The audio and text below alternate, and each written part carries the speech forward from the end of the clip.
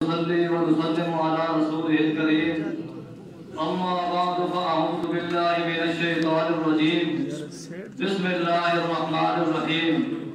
وما أرسلنا من قبلك من رسول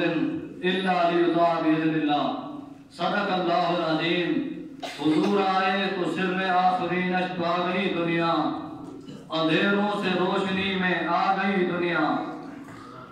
ستے چہروں سے زنگ اترا بجھے چہروں پہ نور آیا حضور آئے تو انسان کو جینے کا شعور آیا محترم اساتذہ کرام اور میرے ہم مکتب ساتھیوں السلام علیکم ورحمۃ اللہ وبرکاتہ۔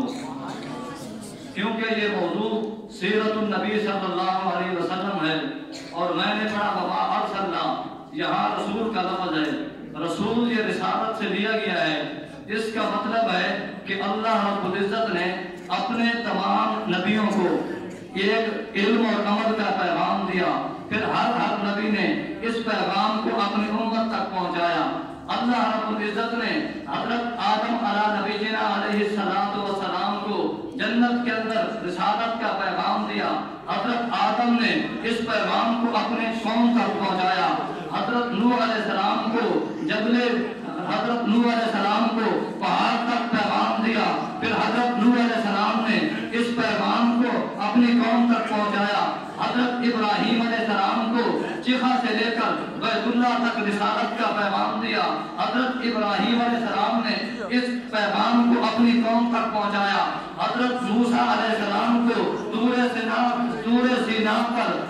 سینا تک یہ پیغام دیا، پھر انہوں نے اپنے اس پیغام کو اپنی قوم بنی اسرائیل کے سامنے رکھا۔ حضرت عیسیٰ روح اللہ کو بیت المقدس سے لے کر چوتھے آسمان تک اللہ رب العزت نے رسالت کا پیغام دیا۔ حضرت عیسیٰ علیہ السلام نے اس اپنے پیغام کو اپنی قوم کے سامنے رکھا۔ جب باری آئی آمنہ کے ذر یتیم کی، جناب رسالت مآب صلی اللہ علیہ وسلم کی، اللہ نے آپ کو رسالت کا پیغام بیت اللہ سے شروع کرایا یثرب تک، پھر کبھی حتیم کعبہ میں سنا کر اس پیغام کو آپ صلی اللہ علیہ وسلم کی خدمت میں دیا، کبھی یہ پیغام غار حرا میں اللہ رب العزت نے آپ صلی اللہ علیہ وسلم کو دیا، کبھی غار ثور میں، کبھی حضرت عائشہ کی گود میں، کبھی صدیق کے کندھوں پر، کبھی صحابہ کی مجلس میں، کبھی مسجد نبوی میں، کبھی حضرت عائشہ کے بستر پر اللہ نے یہ پیغام دیا۔ تو اللہ رب العزت نے کہا اے لوگو،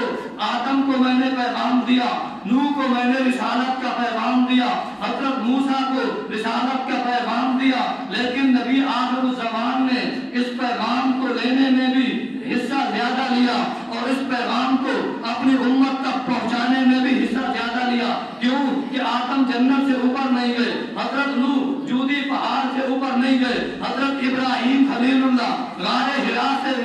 چیخا سے لے کر بیت اللہ سے اوپر نہیں گئے، حضرت موسیٰ کلیم طور سینا سے اوپر نہیں گئے، حضرت عیسیٰ علیہ السلام بیت المقدس سے لے کر چوتھے آسمان تک گئے، لیکن آمنہ کا ذر یتیم جب پہلے آسمان پر گیا، اللہ نے کہا اے محبوب اوپر آ جا۔ جب پیغمبر دوسرے آسمان پر گئے، اللہ نے کہا اے محمد اوپر آ جا۔ جب آپ صلی اللہ علیہ وسلم تیسرے آسمان پر گئے، اللہ نے کہا اور اوپر آ جا، یہاں تک کہ 7 آسمان ہو گئے۔ 7 آسمان کے بعد جب آپ صلی اللہ علیہ وسلم اس جگہ پر پہنچے جہاں تقدیر کے قلموں کی آواز آتی ہے، میرے اللہ نے فرمایا اے محبوب اوپر آ جا۔ جب پیغمبر اوپر گئے، اس جگہ پر گئے جہاں پر کوئی نہیں گیا، نہ آدم گئے، نہ نوح گئے، نہ ابراہیم گئے، نہ موسیٰ کلیم گئے، نہ عیسیٰ روح اللہ گئے، یہاں تک کہ حضرت جبرائیل علیہ السلام بھی نیچے رہ گئے۔ میرے آقا کو عظمت ملی، تمام انبیاء سے افضل ہے،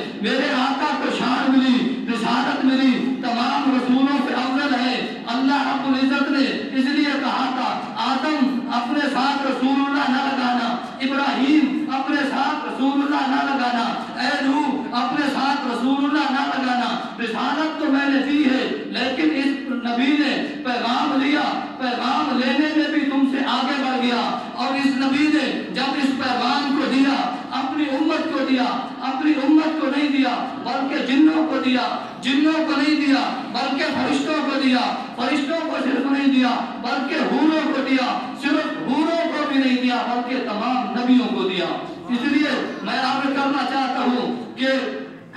ابتدا سے پہلے ہر انتہا کے بعد، ہر ابتدا سے پہلے ہر انتہا کے بعد ذات نبی بلند ہے ذات خدا کے بعد. وما علینا الا البلاغ المبین.